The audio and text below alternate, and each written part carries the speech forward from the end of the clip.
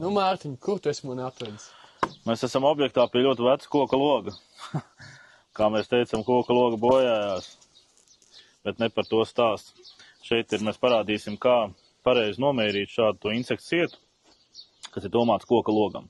Šeit būtu ļoti svarīgi saprast, lielākoties šīs te malas ir taisnas. Jā.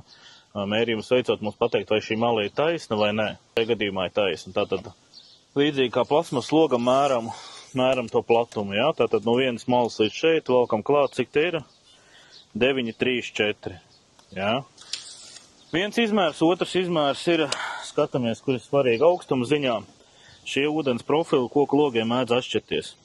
Tāpēc mēram līdz ūdens profila augšai, ja? Un viņš te smuki nostāsies, tas siets attiecīgi. Ja?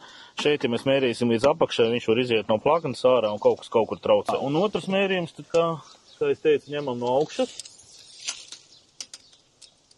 Un te līdz ūdens deguna augšai ir 1, 3, 6, 2. Tātad 136 un 2 mm. Un visus šos divus izmērus sūtat un jums būs koka logam attālināt, varam samērīt insektu cietu, kurš smuki iegulsies iekšā šeit nišā un arī netraucēs loga darbību.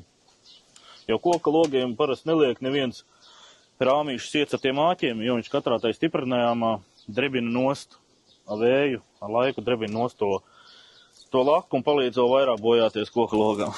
Koka loga ir jākop, ja nekop, tad ir ziepes.